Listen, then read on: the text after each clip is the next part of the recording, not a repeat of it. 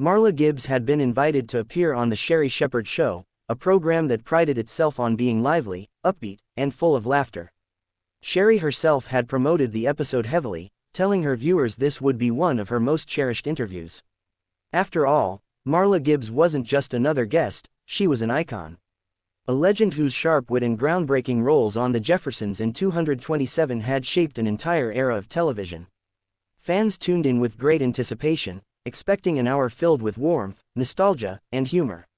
When the show began, the atmosphere was electric. The studio audience cheered thunderously as Sherri introduced Gibbs with a glowing monologue, praising her as a trailblazer and someone who had opened doors for so many black entertainers. Sherri herself beamed with excitement, and the band played a jazzy rendition of the 227 theme as Gibbs walked on stage. At 93 years old, Gibbs still carried herself with elegance and confidence. Her posture was steady, her smile radiant, and her eyes, though lined with years of wisdom, sparkled with the same mischievous energy fans remembered from her sitcom days. The two women embraced warmly, and Sherri leaned in close to say, "You don't know what this means to me. I grew up watching you. You were the neighbor, the voice, the woman who told it like it is." The audience erupted in applause again, echoing Sherri's sentiment. Gibbs, never one to miss a beat, quipped, "Well, somebody had to tell the truth. I just happened to be good at it." The room roared with laughter, and for a moment, it seemed as though the episode was destined to be everything the audience had hoped for. The first segment flowed beautifully.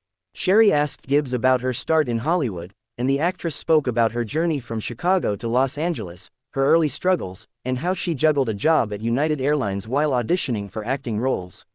She recounted the story of landing the role of Florence Johnston on The Jeffersons, a character who became one of the most beloved housekeepers in television history.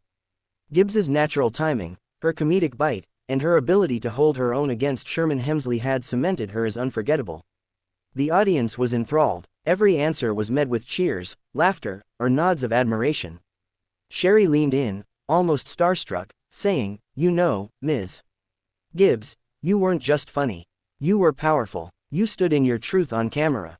Gibbs responded modestly, "I just did my job. But I always knew one thing, I wasn't going to let anyone write me small. If Florence had a line, she was going to deliver it like she owned the room." The interview seemed charmed, flowing from one high note to another, until Sherri decided to pivot.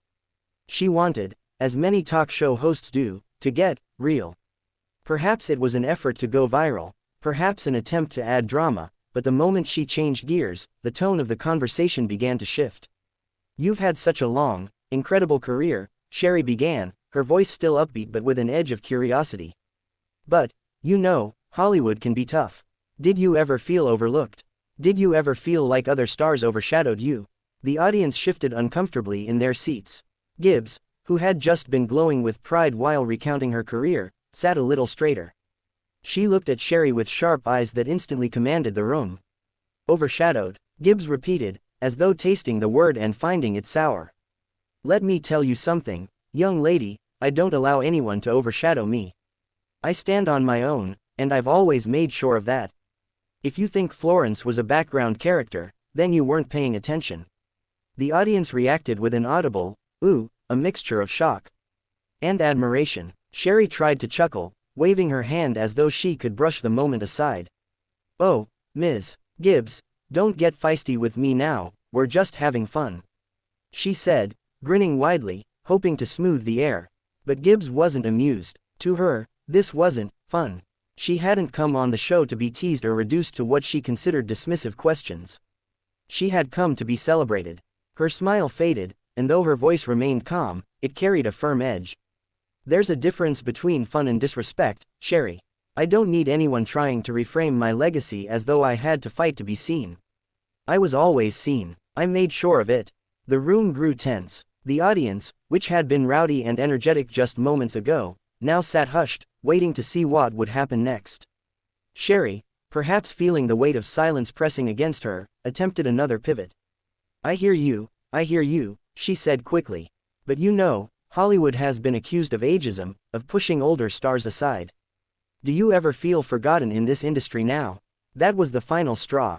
Gibbs's eyes narrowed slightly, and she leaned back in her chair, her posture stiff with disapproval. She reached for her lapel microphone. The sound of the Velcro peeling from her blouse cut through the silence, sharp and deliberate. The audience gasped audibly. A few scattered claps of support rang out, while others simply sat frozen, watching history unfold. Marla Gibbs stood up, her movements steady and resolute. She adjusted her jacket, looked directly at Sherri Shepherd, and said clearly, "I didn't come here to be disrespected. My story speaks for itself. My legacy doesn't need your questions, it's already written." Without another word, she gave a small nod to the audience, who now erupted in shocked applause, half in solidarity and half in disbelief. The cameras followed her as she turned and walked off the stage, her dignity intact, her exit as commanding as any line she had ever delivered on screen. Sherri Shepherd, left alone in her chair, froze for a moment. Her wide-eyed stare betrayed her shock. The live audience murmured loudly, unsure if this was scripted or real. Sherri forced a nervous laugh, trying to regain control of the show, but the energy in the studio had shifted irreversibly. It wasn't just an awkward interview anymore. It was a moment that would soon ignite headlines, fuel social media debates, and remind the world that Marla Gibbs was, and always would be, a force to be reckoned with. Backstage, the tension was thick enough to cut with a knife. As Marla Gibbs disappeared behind the curtain, the producers scrambled to catch up with her. A young assistant, barely in her 20s, jogged after her, headset bouncing as she whispered frantically into her mic, "She's leaving the set. She's leaving the set." Stagehands exchanged wide-eyed glances. Daytime television thrived on drama, but not like this. Not when the drama was completely real. Marla, however, was calm, not hurried or flustered.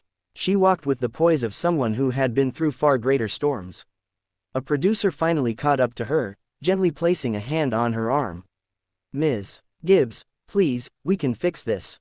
Maybe if you just come back out for a quick close," he pleaded, his voice nearly breaking with desperation.